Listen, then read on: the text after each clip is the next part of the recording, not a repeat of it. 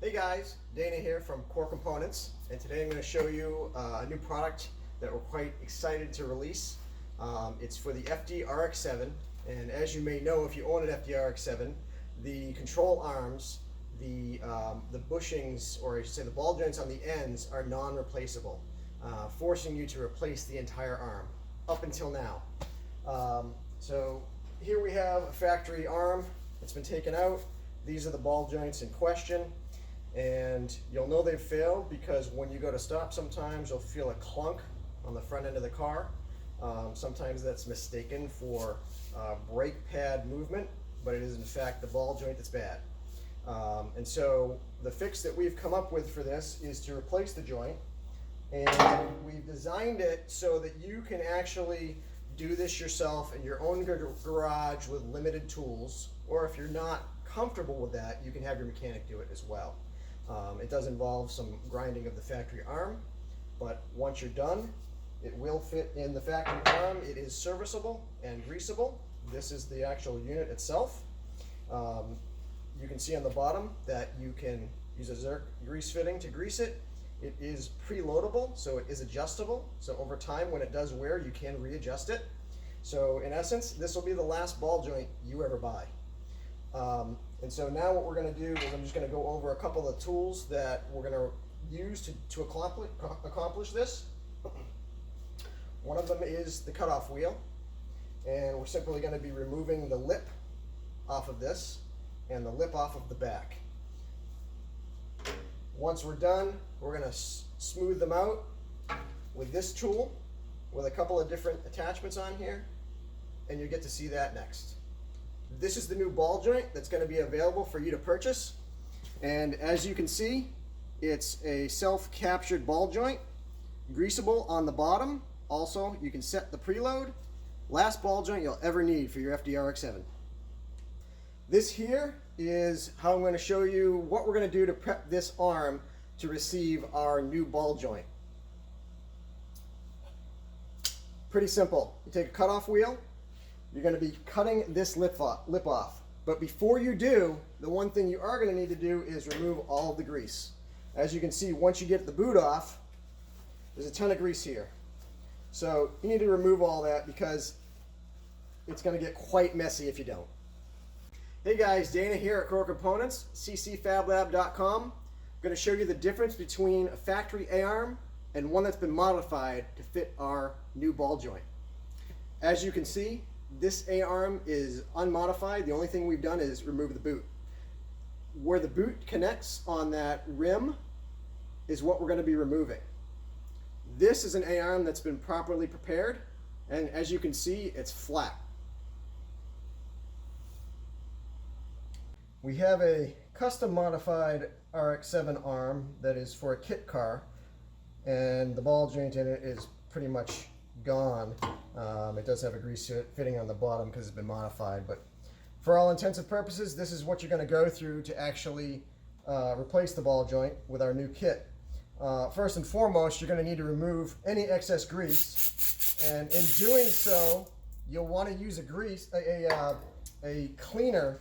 If you're using brake clean or anything of that nature, make sure that it is non-chlorinated, because you do not want to breathe in fumes from that when you start cutting. It could be very detrimental to your health.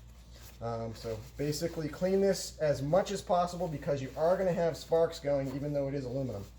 And you're just using a simple cutoff wheel such as this, and we're going to attempt to cut this completely flat with the rest of the arm.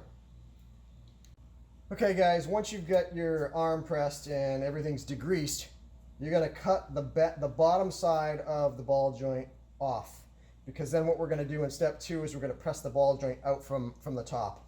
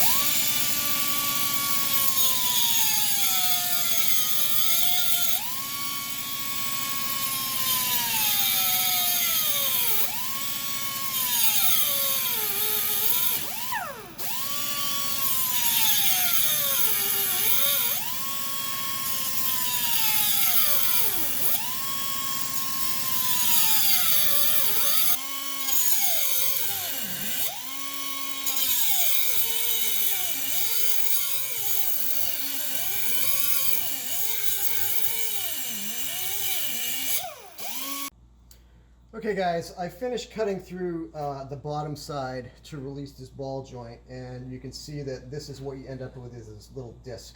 And if you've done it correctly, it should just simply pop off. And then, so that's basically an aluminum disc, and you're still left with the steel plate that's on the bottom, and you're simply going to use a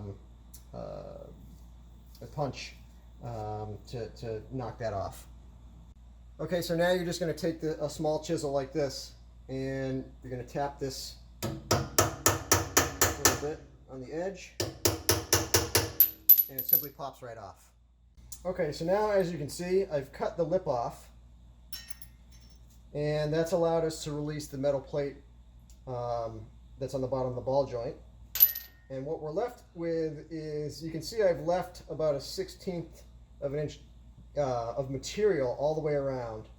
So that way, once we get the ball joint out, we're then going to take this tool with a sanding disc on it, and we're going to sand it smooth.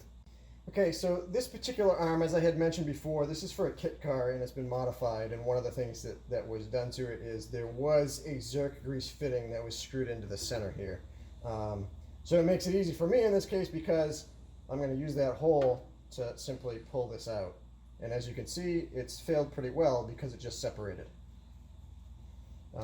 You'll be able to do it with either a screwdriver or something else and just pop the rest of this material out of the way. So now what we're going to do is we're going to bring this over to the press, and we're going to press this ball out the hole we just made.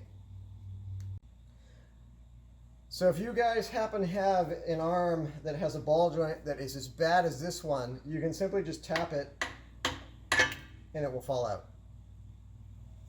If you don't, what you can do is put it in a press or a vise. For ease of showing you this video, I'm going to basically show you how you do it in a vise, and you simply find a socket that is the right size. In this case, we're using a 38. Place it over the ball joint, like so. Jig it in your vise, spin it down, and it'll press it right out. Like so.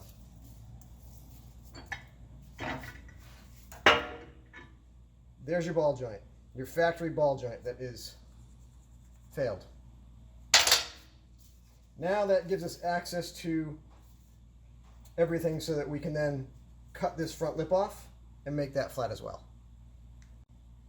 Once again, guys, you're going to have to use some solvent to get rid of all the grease, because there's going to be a lot of grease inside the arm. So simply shoot it, and again, you want to use something that is non-chlorinated, because that way when you're grinding, if it creates any fumes, you're not hurting yourself.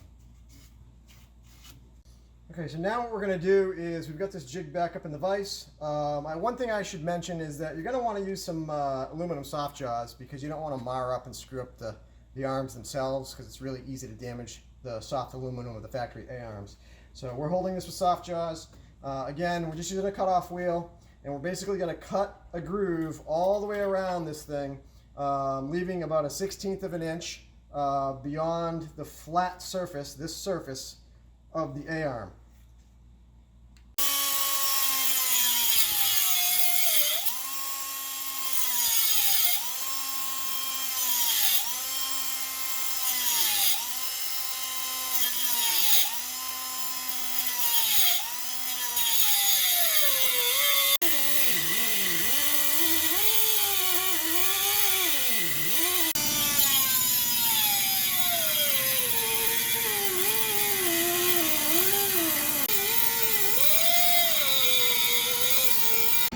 Okay guys, as you can see, I'm about halfway through on the cutting of the boot retainer on this arm, and what you'll find is that you're going to have to rotate the arm in the vise a few times. You'll also find that you're going to have to section it, which I'm going to start doing at this point.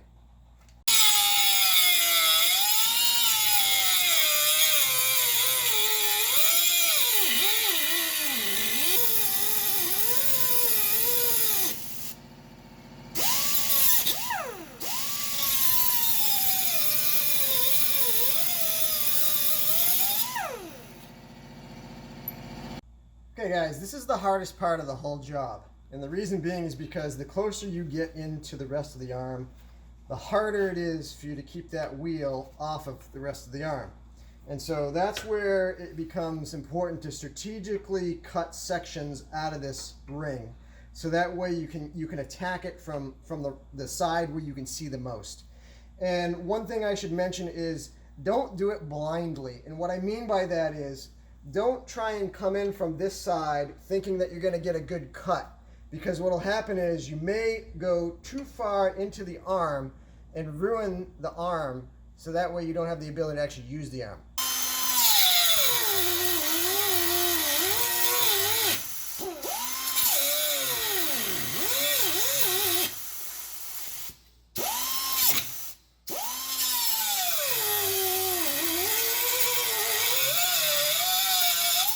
When you get to this point where you've got this much material left to cut off, you're typically going to need to change the disc if you've gone through too much of the disc, because the retainer for the disc hits the arm on the outside, making so that you're not allowed to get to the remaining material that you need to cut. So it's for this reason that I'd suggest you get to this size and you're going to need to change the disc.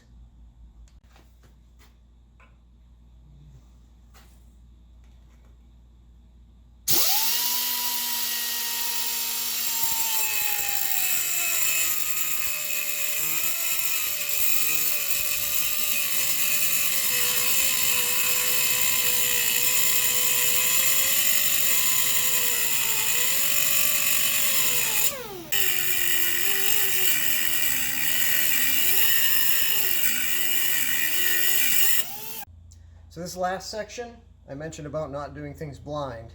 So I've done that so far. I haven't done anything blind. This last small section, I may have to do a little slight piece of it blind. But what I've done is I have carried the cut line into the front so I can see where it is.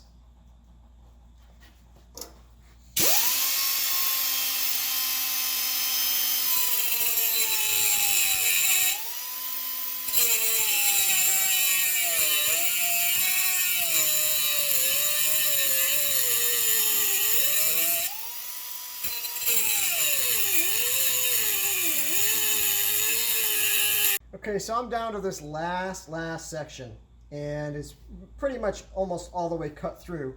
The part has gotten really hot, and so at that point, once you get almost all the way through, you're able to use the tool to bend that slightly down so you can cut it at an angle.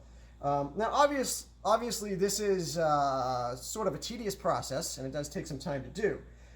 We've showed you it this way because this way anybody that has a cutoff wheel can do this job. However, if you have access to machining tools such as a mill or something like that, all we care about is getting this section flat with the rest of the arm.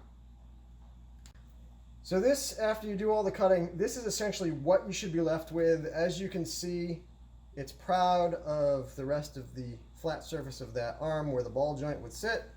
Same thing on the other side. And now what we're going to do is we're going to knock that down to be flush. So what I'm going to do is I'm going to start off with a 36 grit flat wheel. So what I'm going to do is I'm going to start off with a 36 grit disc on here. We need it to be aggressive so that we can knock down the high spots.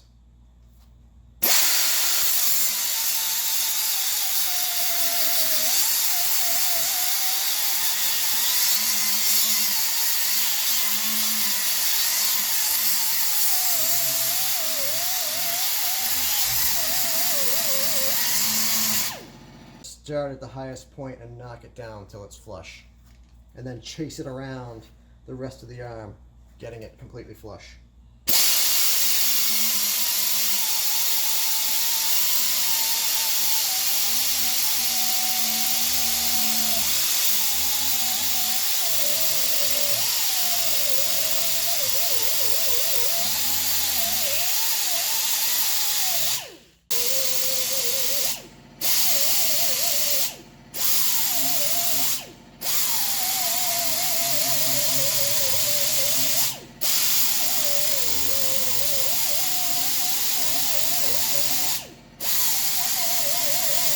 Okay, now we're going to switch to the blue flap disc, and what we're going to do is start to blend this lip into the rest of the arm so it disappears.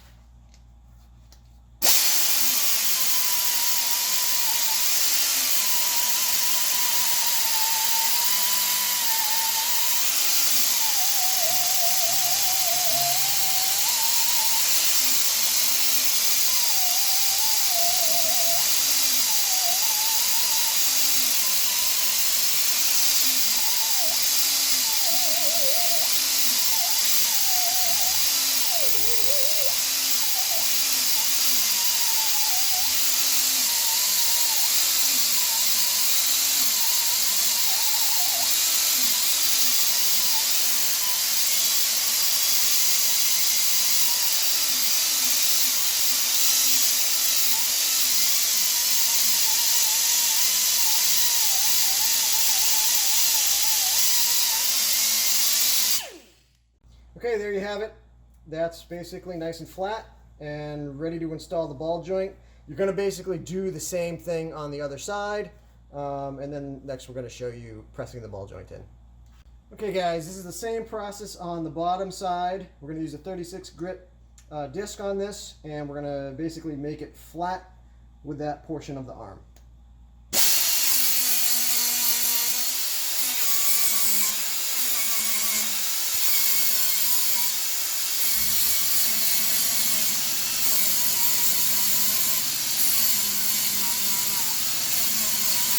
Alright guys, final step on this, you're going to use a blue-green roll lock on this just to clean it up, because you can see all the marks from sanding it, and that'll be the final step before we press the ball joint in.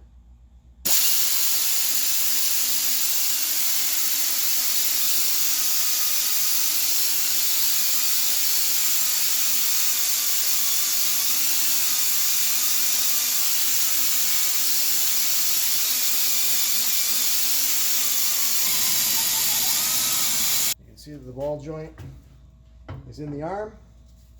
There will be slight space because there's a step on the ball joint that bottoms out with the female step on the arm itself. And then all we're going to do is screw the nut on and torque that down. The kit, and you're simply going to apply some Loctite to it. I'm not going to do this for the video, but apply some Loctite, spin it down,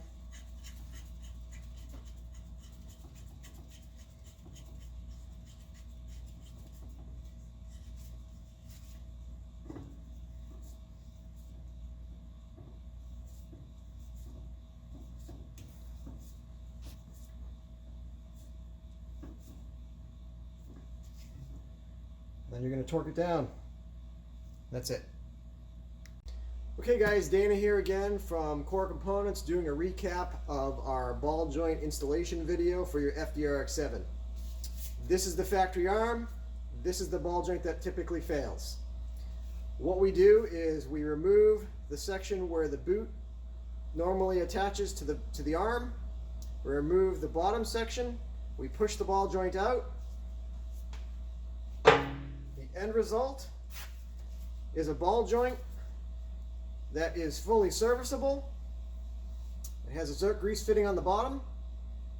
It's also, you're able to set the preload. It is the last ball joint you will ever need to buy.